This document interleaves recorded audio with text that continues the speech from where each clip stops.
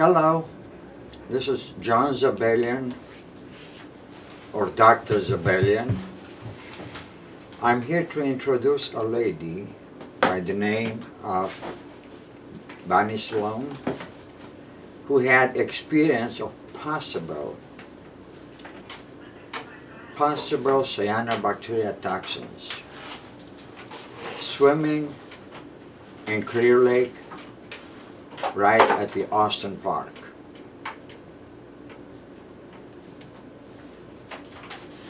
I do investigate another claim, and this claim is in Nice by another lady pretty much the same time, later part of July. Now, Bonnie, would you please describe your symptoms or describe what happened? Yes. And the best, you are on television right now. Yeah. The best you can remember. Okay, Would you please? I will. Thank you. On July 28, 1913, I went to church that morning. 2013. And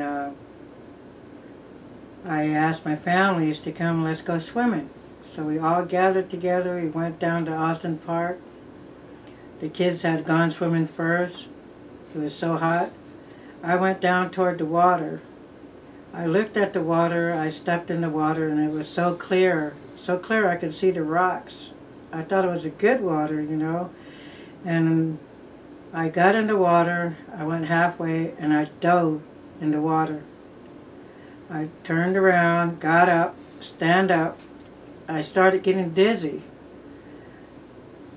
Before I stand up and got dizzy, my grandson was right behind me, not too far from me. And he said, "Grandma, what's the matter?" And I said, "Oh, nothing." And there was something wrong. I was throwing up in the water. I didn't want my grandson to see me throw up in the water.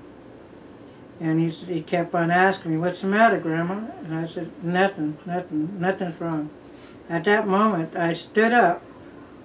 I stand up and I started weaving back and forth a little bit. I felt like I couldn't even move my legs. I started getting dizzy. I started getting headaches. I finally got myself out of the water. I went toward my blanket. I laid there and I started shaking.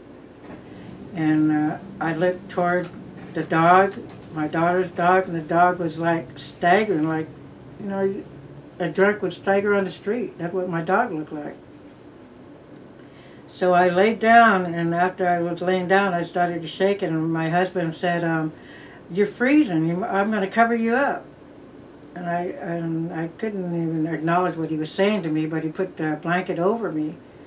And then I looked at him, and I said, "I think I better go home." So we got the kids out of the water. They started patting their bodies with the towel. After they were patting the bodies with the towel, I seen some flesh coming off of their arms like it was peeled skin. And I said, "Oh my God." So we all took off, went back up to the, well, first my daughter went and ran to the bathroom, got a bottle of water, poured over a dog, washed the dog down with water from the restroom up at the park. Came back down, she washed it off, and sooner than that, the dog started to walk around normal. After that, we all packed up, went home, and I thought, I'm going to get in that shower and see what happens. So I got in the shower, took a shower, came back out, went in my room, and before I knew it, I was at the edge of my bed, and I felt still shaking, I was still getting sick, and I lost a lot of appetite of eating. I didn't even think of meat. I didn't think of anything that I liked to eat. I lost my appetite. Anyways, I felt like I was running a high fever, like I was burning up. And I couldn't understand why this would happen, why this happened to me, because I swim in that water for all my life. I live on Rattlesnake Island. We had a bunch of us, Jim Brown and all of us, and swim across the island to the mainland in Clear Lake Oaks. And this never happened to me. So I'm figuring, what happened this time, you know? So I was scared. You know, Native Americans, they don't pick themselves up and take them to the hospital or anything. They try to see what they could do for themselves. But I guess I couldn't take it too long, so I went to Lake County Tribal Health. and they did some questionnaires on me and sent me somewhere else to get tested. And as for my kids, what I did is I used the ointments on their arms and wrapped it around, and they're gone. But none of them really got sick or anything, but they didn't like to eat either. You know, they didn't have an appetite to eat. Anything that we wanted, we couldn't eat it. So it was like, at this today, I still don't have the appetite to eat that much. I used to be a big eater, but now I'm not. I'm kind of like scared to, you're frightened because back in the days, my grandson and them got sick of salmonella, and that's what I was scared of. And they got that out of Gertie's store. So I'm still watching and stuff, and I'm rarely go down by the water anymore. I'm kind of scared to go down there now. I don't know why, but I just don't want to go down there. And I try to tell the kids not to go near the water. I never seen no signs or anything up there. If I saw signs, I probably wouldn't even have gone into water. But I didn't see no sign. It was at the far right of the Austin Park. Then I seen fish laying there on the shoreline. And I'm thinking, oh, what's going on? You know, it just feels like another thing that's happening in Lake County, or what is it? So my thought is that I got to find out what's going on. And I got to find out if anything else is left in my body and go to do some testing. That's what I'm going to do, so I could be for sure. Can I interrupt? Yes, you can. I have a question. Your case was later part of July, I understand. Yeah. July 28th or something like that? Yeah, around the 28th, yeah. Yeah. And you did go to a tribal clinic. Yes, I did. And they did not took the blood No. test. Instead, they gave you forms to fill out. Yeah, they just gave me a form to fill out. See, this is one of the deficiency that doctors and hospitals does not understand. The importance is to take a blood immediately. Preserve it. If you don't know exactly laboratory that specializes in cyanobacteria toxins test, this is not done by every doctor office or any clinic or hospitals. But we do have places in the United States who are highly qualified to do the test. If you let this go for too long, then it will no longer show. It will be embedded to some extent into your liver and tissue, but will no longer show in your blood.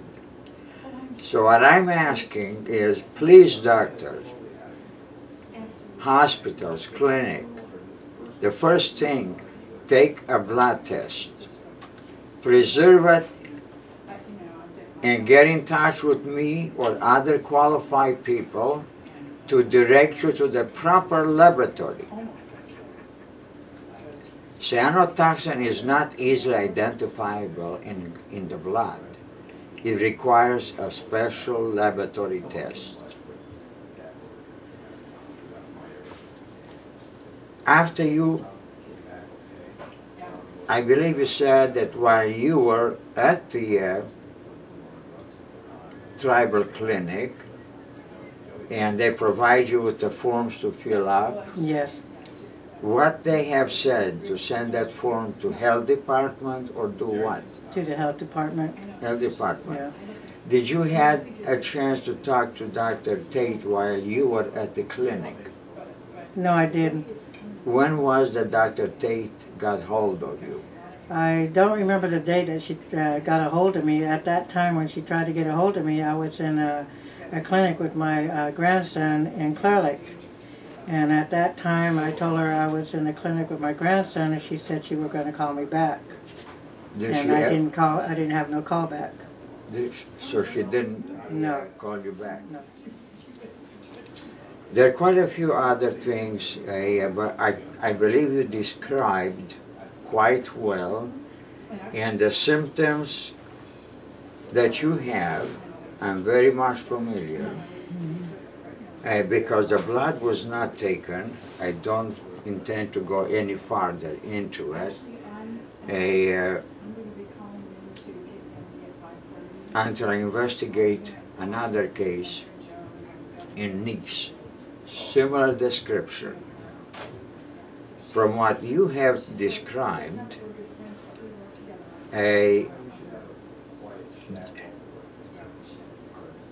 cyanotoxins were present, irregardless that the water was clear. I will go into that description a later time. I understand that you have to leave. Yeah. We're back, and I have a pleasure introducing a wonderful friend of mine and an outstanding writer that doesn't fear of anybody. Whatever she sees, she puts it down. Joan Moss. Thank you. You're very welcome. Dr. John. Dr. John has been very kind. He's one of my benefactors, as a matter of fact. So, Bonnie called me when she said she got sick.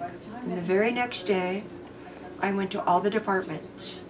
And I found out that Karen Tate had a way of getting Bonnie to report that she was sick. That's what I did. I ended up at the agriculture department, and Michael was so helpful. I learned that he had been recently applying the herbicides to kill the hydrilla, which is an invasive weed species. And the herbicides are called as sonar and copper as comine or harpoon. And this is when I called Dr. Zebelian, and we had lunch together with Bonnie, because if you put copper together with cyanobacteria or blue-green algae, it becomes toxic. And Dr. Zebelian had just gotten an article published in Laco magazine about one of these instances in Australia where at least 140 people got sick, according to the article. Well, I have a book by Tom Sukanik about Clear Lake. He studied it for 20 years. And then I have another book that Dr. Zebelian was kind enough to give to me, which is Dr. Cecile Mioni. And so it wasn't the first time animals have gotten sick from the lake. There were staggering cats. And I pointed all this out. And to get down to the bare minimum, I believe that the copper that was put in Austin Beach might have combined with the cyanobacteria that was already there. And the signs posted say that you shouldn't swim in the lake if there's algae mats or pea green soup.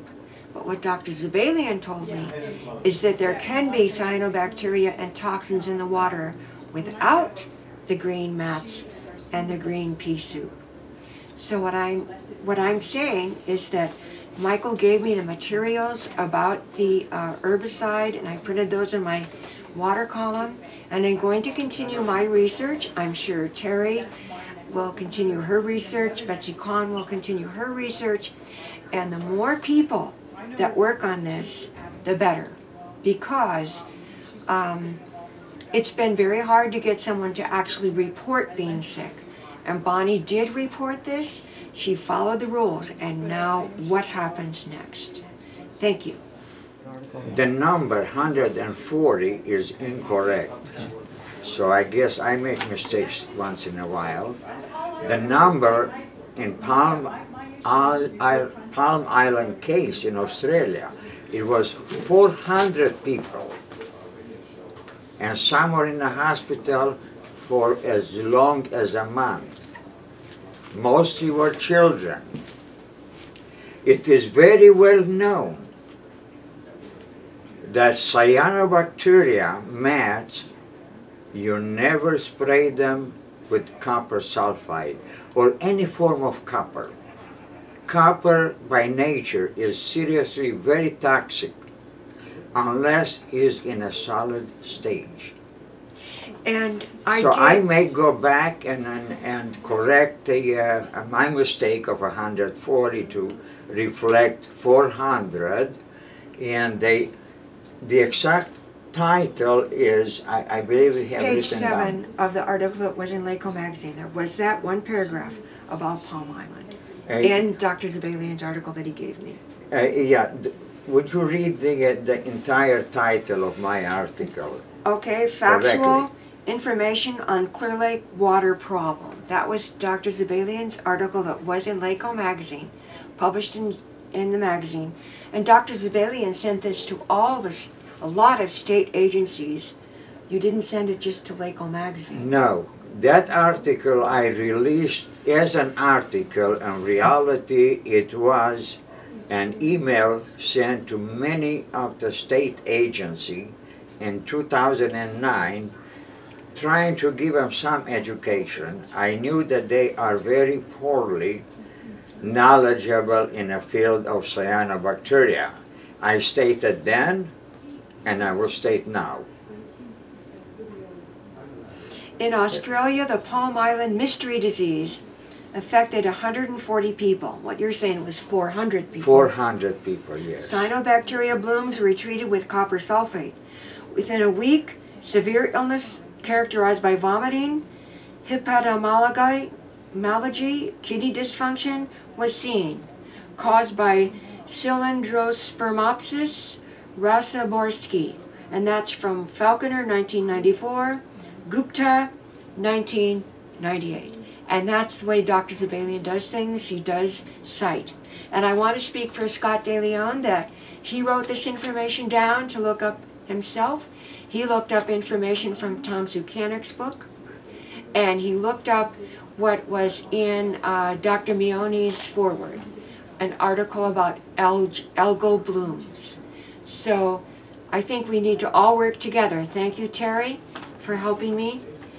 And the water was very clear, possibly because it had herbicide in it. And possibly the sickness was from the combination of copper and what cyanobacteria toxins. And the other thing that Dr. Zabalian told us at lunch, Bonnie and I, is that when the dead cyanobacteria are on the bottom, they release their toxins before they get to the top. And so just because the lake is clear does not mean that there isn't cyanobacteria toxins. Yeah, I would like to give an overview of what cyanobacteria is and how they function. Basically, for too many years, it has been believed that cyanobacteria is a very sophisticated creature. I found out through my 6 years of research, which I have finalized in December of last year, part presented in January 11 to Delta Council. The rest will be presented by Europeans next year in September in New Zealand.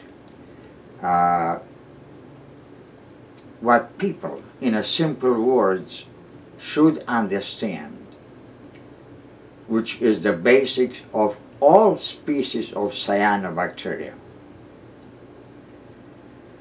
When they die, or before they die, they release toxins in the water.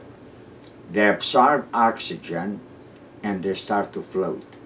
When they are at the surface, they are already dead. Patches of mats. In some cases, you see this huge buildup on the shore of Clear Lake. They do not originate there. They're brought there by the currents, the winds, the motion of the water on the lake, and they end up against the shore. Mats themselves only contain 10% of the total toxin in the tissue. The 90% has been released somewhere in the lake, not all at once, as you may believe by looking at the massive buildup on the shore. There are small patches. With each small patch, the surface a certain quantity of the 90% of the toxin has been released in the water. So you're looking to a circles of toxin floating in Clear Lake that we don't even know where they are. Some of them may have been pushed against the shores, mostly are floating into the lake. Simply by not seeing any buildup of meths, it does not mean that it's safe. You may have in one spot a buildup of heavy load of toxins. 50 yards, 100 yards on the right of it or on the left may not be any toxin. We don't know really how fast toxins disperses in the water or it stays localized as it has been released. So it is possible that there are safe places to swim, and there is possible that some places may not be safe to swim, and we don't know. Because the analogy, what has been told to the public in Lake County is stay away. If you see mass build up, stay away. That doesn't mean that a lake is safe. It is, I'm not trying to say that it's not safe either. This is something for the health department to determine. They will be responsible. Here is a case. We just had a lady describing there was nothing, the water was clear, yet she got sick. It's a combination.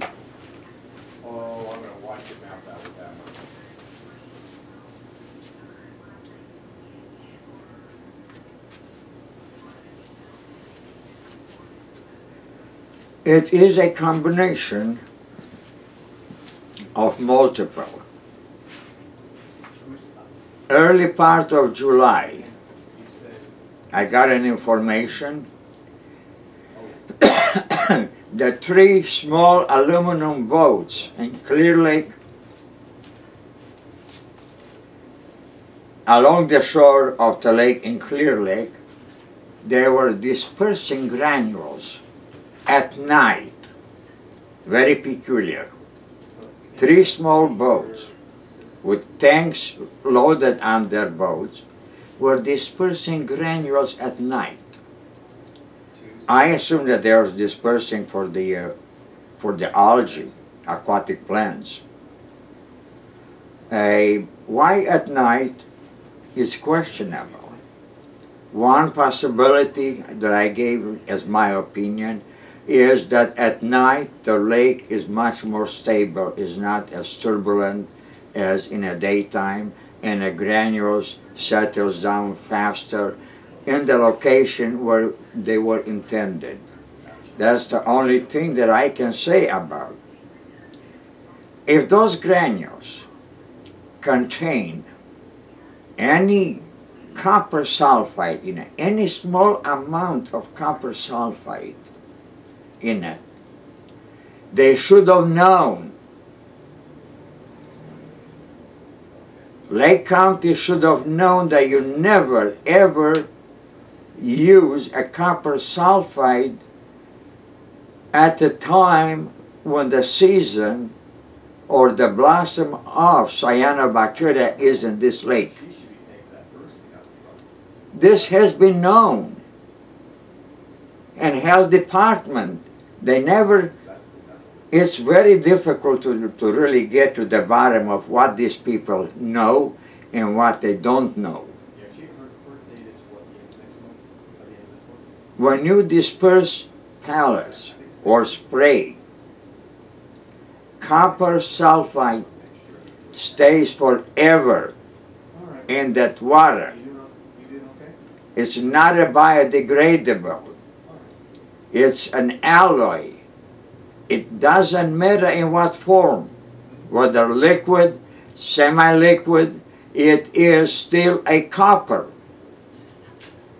And it has a decaying process that can last hundreds of years or thousands of years. And we have them in this lake. So where is the mind of human element going before they do something? We have problems. We destroy this lake. Some are saying, oh, the lake is healthy. No. 6 years of my research, I find now that a lake is not healthy. It's a human hand in it, a very dirty one.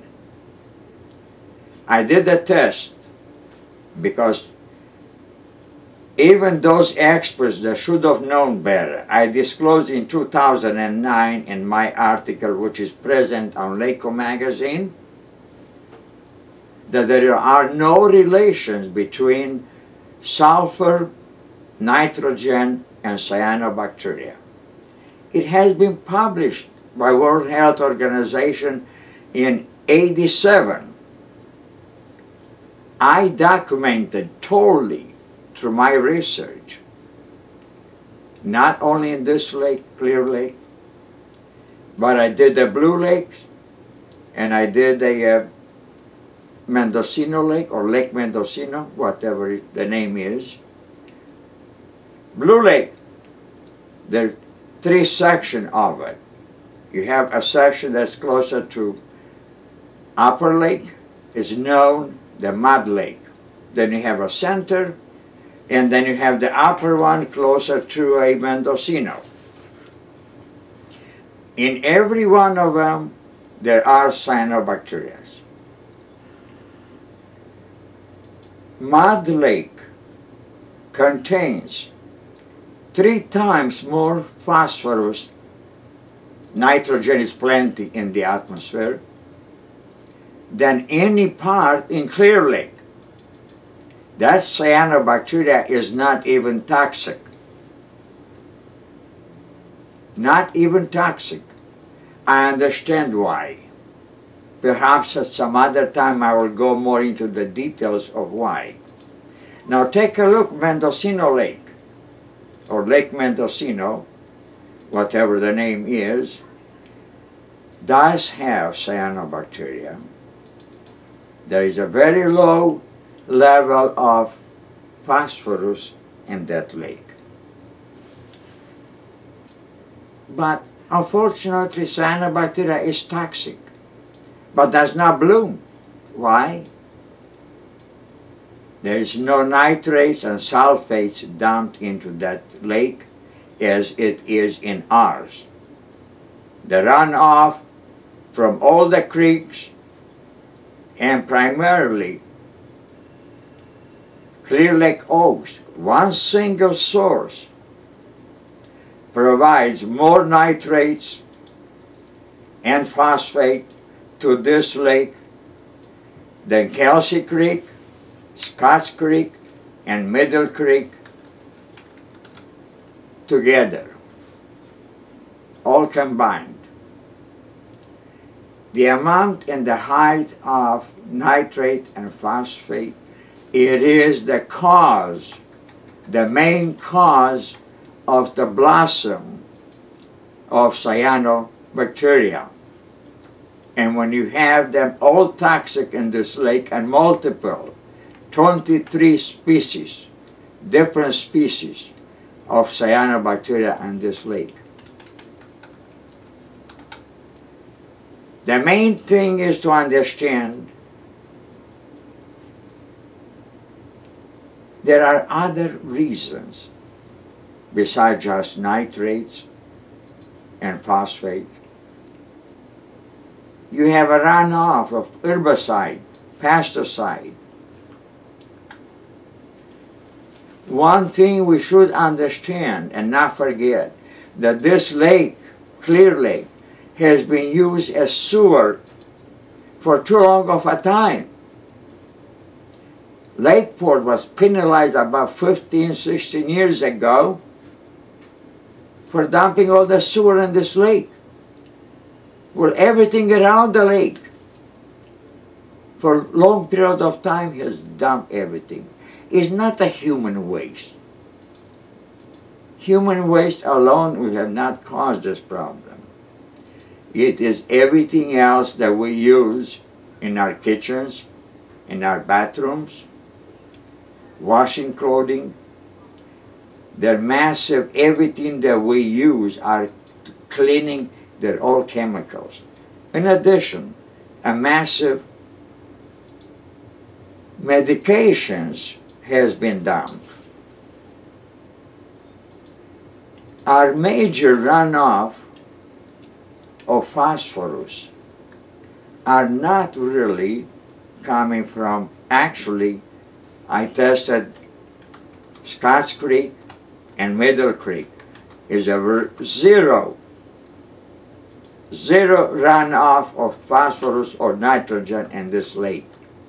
And these are all Alpha Laboratory documents provided to me, since I gave a samples, obviously, of water to Alpha Lab in Ukiah.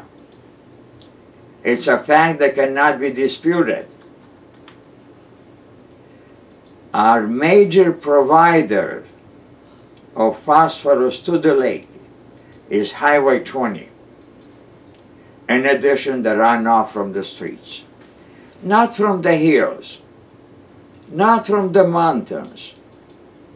For heaven's sake, those mountains has been washed for hundreds of thousands of years. There's no phosphorus there. They're not provider of nitrogen there. Plenty nitrogen in the atmosphere and some phosphorus in atmosphere. We are totally, the global warming, finally it got a message to everybody, which is the cause of everything. We spew dirt in the atmosphere, we do it the same way on the land, the same way. The only thing, the fastest way is to dump something is the body of water. And has been practiced all over the world, and now we're paying the price for it.